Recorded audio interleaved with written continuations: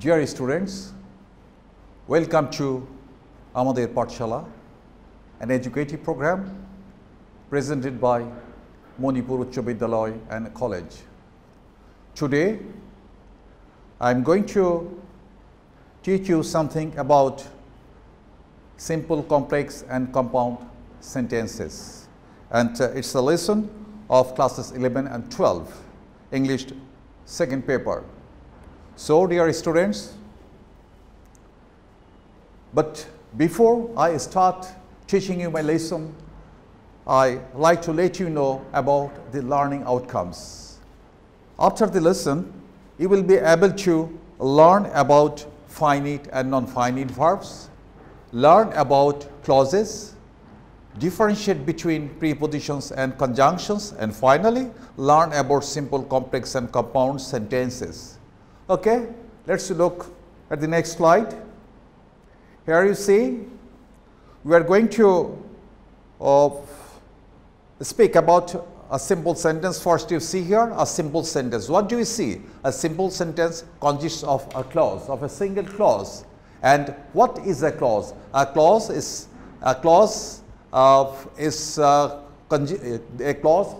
of a subject and a finite verb. So it is the largest unit of a sentence. Here you see he, this is the subject, and went, this is the finite verb. And a clause needs a subject and a finite verb. And a clause, a simple sentence consists of a single clause. You see here, in a complex sentence, there is a principal clause and at least a subordinate clause. You see here, he went home. Here you see this is a clause. Why and how is it a clause? Because here is a subject and here is finite verb. And this is another clause. His mother was sick. Was is finite verb and mother is subject, his mother. And this is because it's subordinate conjunction. So a complex sentence consists of a principal clause and at least one subordinate clause. And they are joined by subordinate conjunction, because here, next,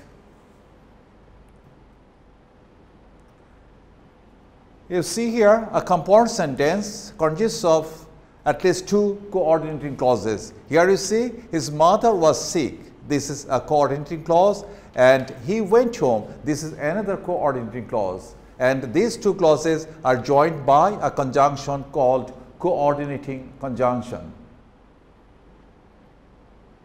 So far what we have found, what we need to learn about these simple, complex and compound sentences. Three things to learn in the beginning: finite and non-finite verbs. We must have to have a good idea of this finite and non-finite verbs. Then clause, we must learn about clause, and finally we must learn about conjunctions, and then we can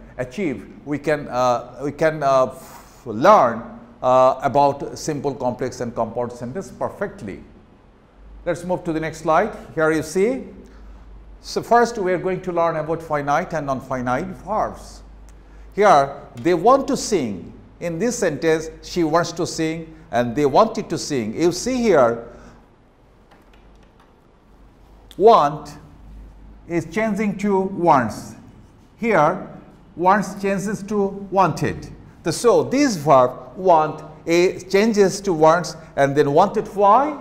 Because of the change in the person. You see here, this is third person singular number and this is past tense. So this verb changes because of the change in the person and in the tense, and this verb is called finite verb. So what are the finite verbs? The finite verbs are the verbs which change because of the change in the person and tense. Okay? And you see here sing. Sing is not changing. So to sing, this is non-finite verb. The verbs which do not change because of the change in the person or tense are called non-finite verbs. My dear students, I think so far I have made it clear. Okay? Let's see the next slide. Here, again you see here enjoy. It's a verb. Enjoys, it turns to enjoys, then enjoyed. Why? Because of the change in person and in the tense. But you see here, gossiping. Gossiping is not changing. Why? Because this is non-finite verb. So here, enjoy is the finite verb and gossiping is the non-finite verb. So the verbs which change because of the change in the person and tense are called finite verb, and the verbs which do not are called non-finite verb. Here the non-finite verb is gossiping. I am going to say ing, verb plus ing. The previous one was to plus verb, that is called infinitive. Okay. Now the third kind of non-finite verbs you see here. Here they have changed to has changed to had. Why? Because of the change in the person, she, and because of the change in the tense, had. You see here, these have, has, had, these are the finite verbs. But you see, learned, learned, learned. This verb learned has not changed, and this is called non-finite verb. So the verbs which change because of the change in the person and tense are called finite verbs, like this have, has, had. But the verbs which do not change because of the change in the person and tense are called non-finite verbs.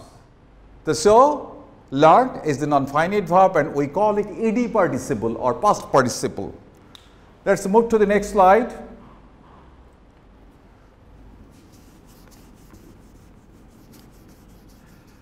Now, let's see if you can find out the finite verbs. Okay, to take meals, we use hands. You see here, to take meals. To take meals, we use hands. So here, we is the subject and use is the finite verb, because if it were past tense, then this would have been used, and this is non-finite verb because to plus verb. So which one is the finite verb? Use is the finite verb here. In the second example, the boy is playing football. Here you see, is playing football. So the finite verb is. Walking 10 miles, he felt tired and went to bed. Here you see, walking 10 miles. Here this is ing and verb plus ing, walking 10 miles participle, and he felt. This is finite verb and wait another finite verb, because they change because of the change in the tense and person. You see here, felt and went. In the next sentence, he worked hard to prosper in life. You see here, to prosper, this is non-finite because it does not change. To prosper, this is infinitive, non-finite verb, and this is finite verb worked. Okay. Now, in the next sentence, I know that he is busy now. Here you see, I know is a clause and know is a finite verb, and this is he is busy now, that is another clause, and here he is the subject and is the finite verb. So here we have two finite verbs in this sentence. One is know, another is.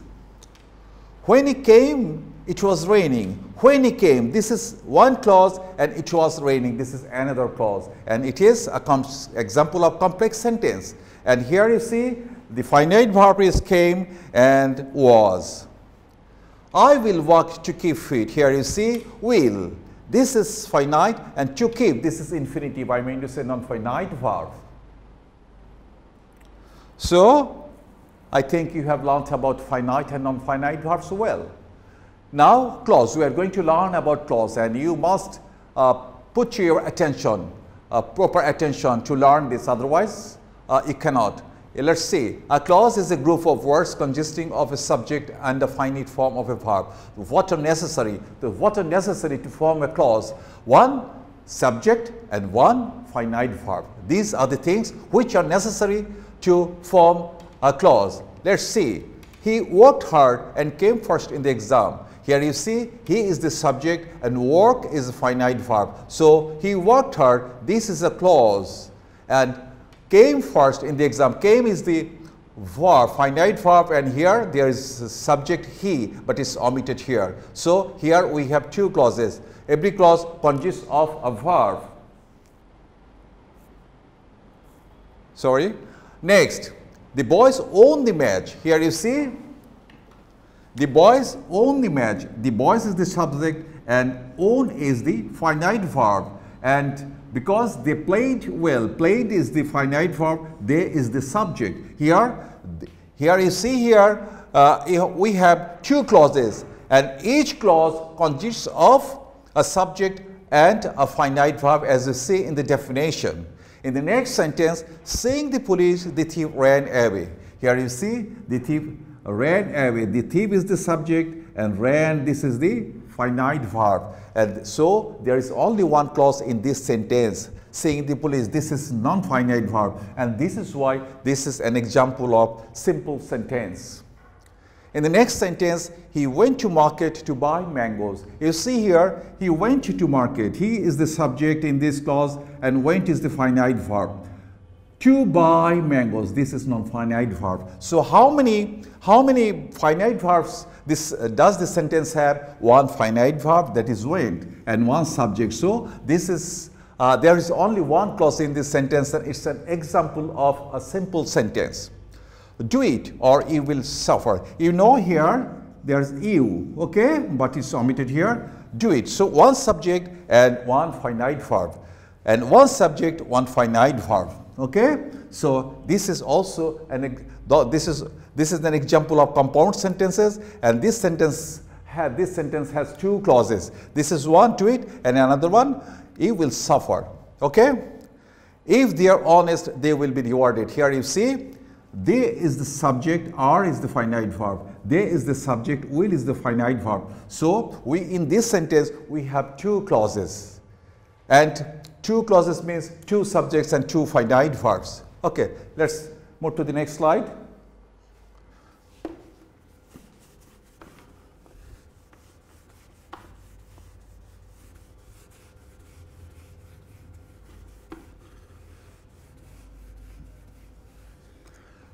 Here we see, now we are going to learn about simple sentence, a simple sentence, because so far we have learned about finite and non-finite verb, and then about clause, and these two things are very necessary to understand sentences, a simple, complex and compound sentences.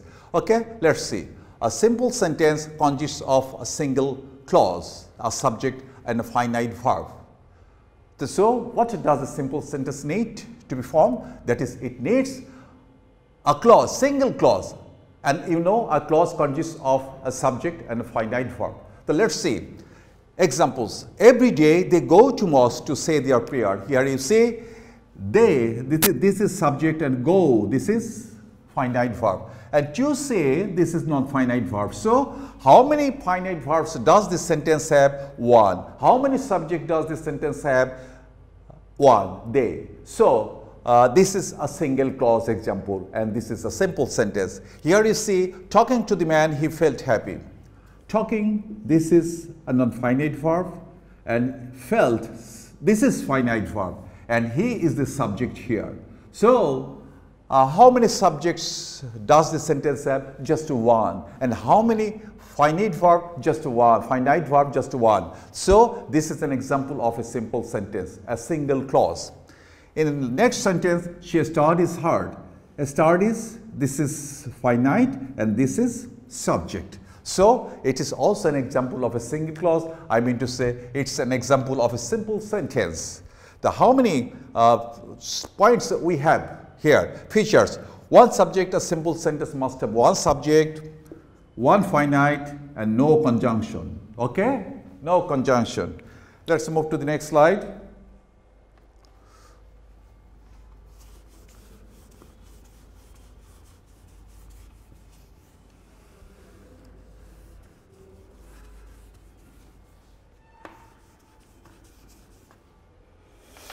You see here a simple sentence examples, finite, non-finite verb. If we can identify finite and non-finite verbs, then we can easily identify the simple sentence. And this is why you must put greater emphasis on learning this finite and non-finite verb. Okay, dear students, you see here the boy studies hard. So you see here studies, this is finite verb, and there is no non-finite verb here.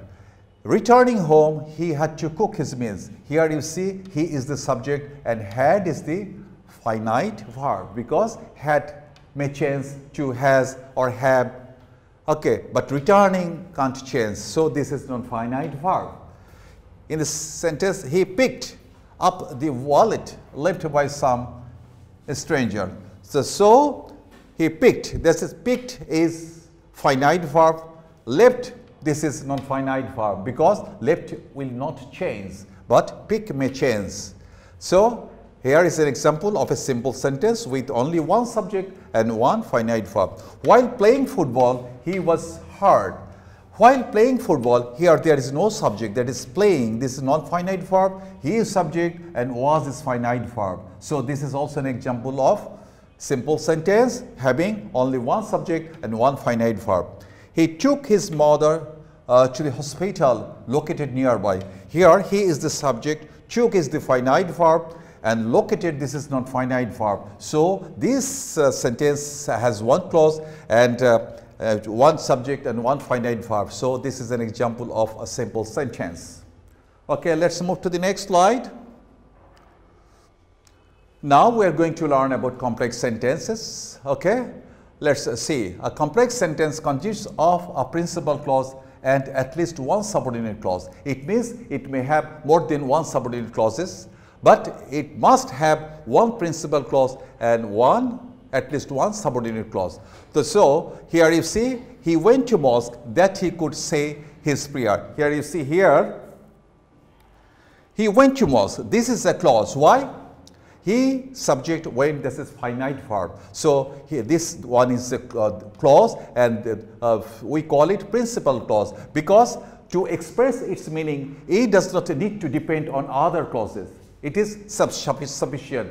It can express meaning by itself. So he went to mosque. This is principal clause. But you see here in the next clause that he could say his prayer. That he could say his prayer, to express its full meaning, it has to depend on this clause.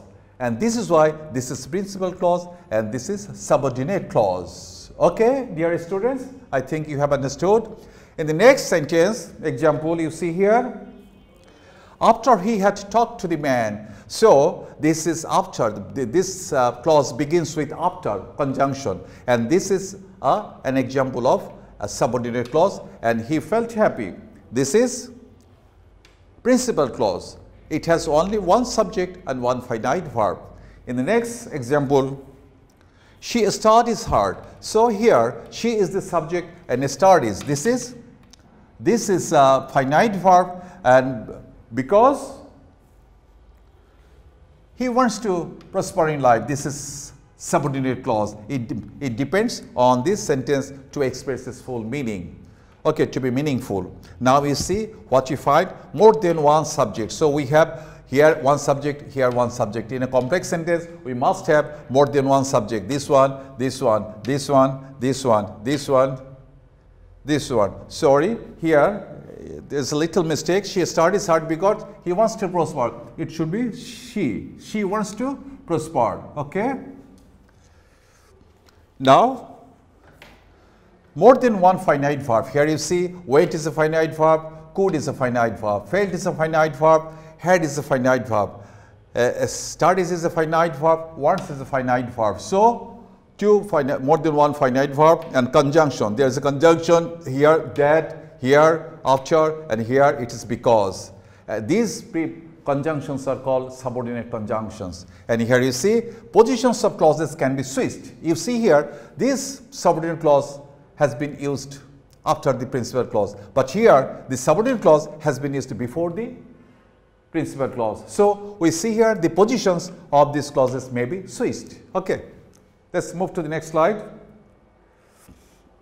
Now you may think that why I'm going to teach you this conjunction or like this, because this is not actually irrelevant, this is relevant. And when I will finish these two slides, this one and the next one, then you will find that these are really very useful to learn about complex, compound and simple, complex and compound sentences. However, just pay attention. How to identify conjunction? To identify conjunction, you have to learn the definition. A conjunction introduces a clause. So, a conjunction is a part of a speech which introduces a clause. Clause means subject and finite verb. You see here, he came after the sun had set. You see, this is after, this is conjunction, and this conjunction introduced this clause. The sun had set. The sun is the subject and had is the I mean to say had is the finite verb. So this is a conjunction. Before, this is conjunction, I came. You see here, before has been used before this clause. I came here. This is subject and this is finite. So this word conjunction introduces a clause. He worked until it was evening. So this also introduces a clause. And since he arrived, here this is also a clause, okay? Having one subject and one finite verb. So what we find, they cannot be simple sentences because they have conjunctions, each introducing a clause. So we have told you earlier that a simple sentence consists of a single clause, but here we have more than one clause. So they cannot be simple sentences. Let's move to the next slide. Differentiating between prepositions, conjunction. This is also very important to learn. You see here,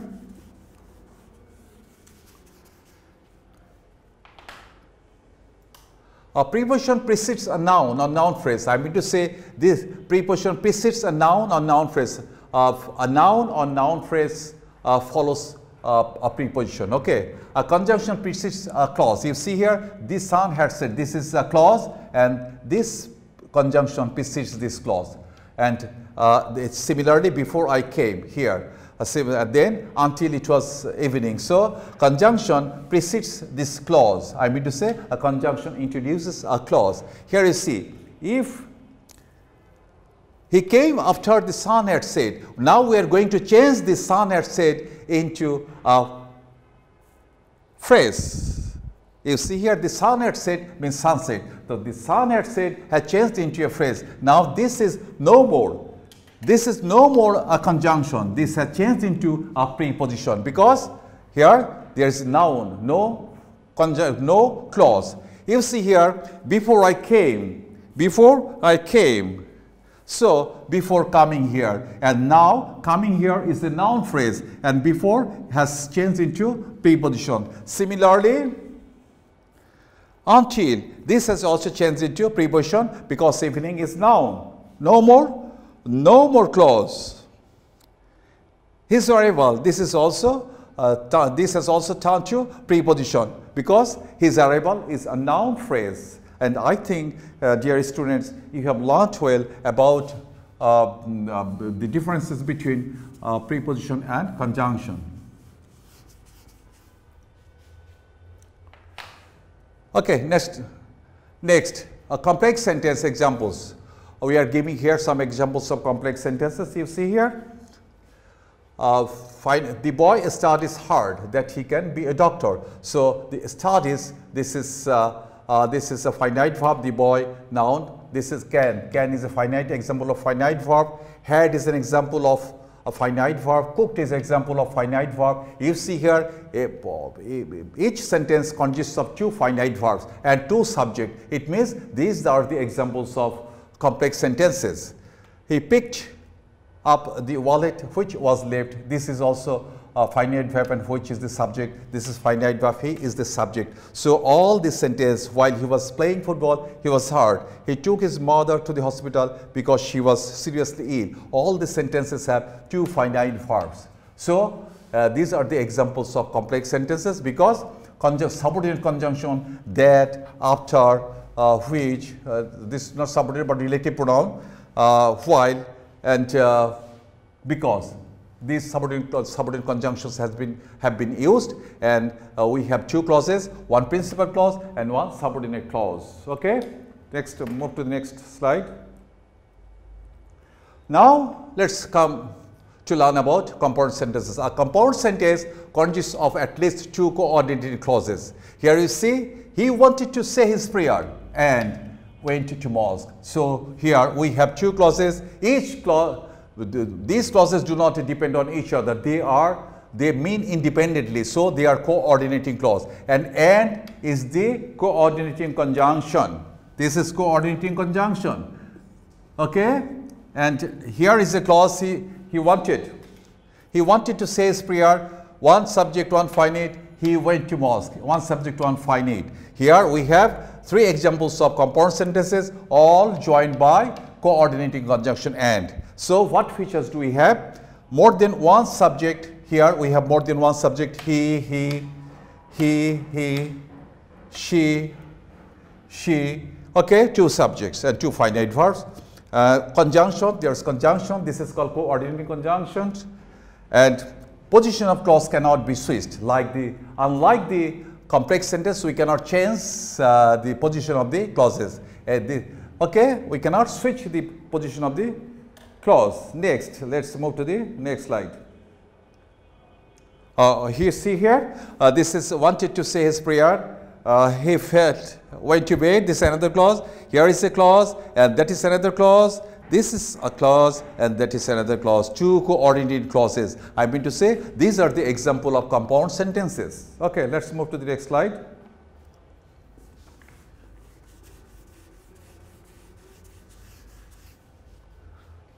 Okay, finite verb and conjunctions. He wanted to say his prayer. And he went to mosque. You see here, wanted is a finite verb and went is a finite verb, and is a conjunction. This is coordinating conjunction.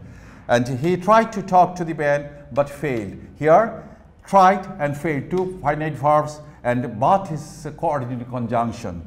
He must work, she must work hard, or she, here is a she, okay? She will suffer in life. So we have two will and must, and this is conjunction. So what we have found here? We have found here three coordinated conjunctions, and, but, or. So the sentences having this and, or, but as conjunctions must be compound sentence. Sorry, here it should be compound sentence. Compound sentence. Compound sentences, okay? Let's move to the next slide. Evaluation. Now we are going to evaluate our learning. So far we have learned, identify the sentences. We must work hard because hard work is the key to success. Here you see we, this is subject, and hard work, this is another subject. And this is one finite verb, and this is a finite verb, and this is conjunction. So what we have found here? We find here that we have two subjects, two finite verb, and one subordinate conjunction. So this is an example of a complex sentence. And completing the task, he submitted it. So this is an example of a simple sentence, completing non-finite. This is subject and this is finite. And they advised him to study hard. They advised this is finite verb and this is non-finite. So this is an example of simple sentence. He worked quickly but missed. This is an example of compound sentence. Felt pity for the man begging. This is also an example of, this is example of simple sentence because it has only one finite verb. So now just homework.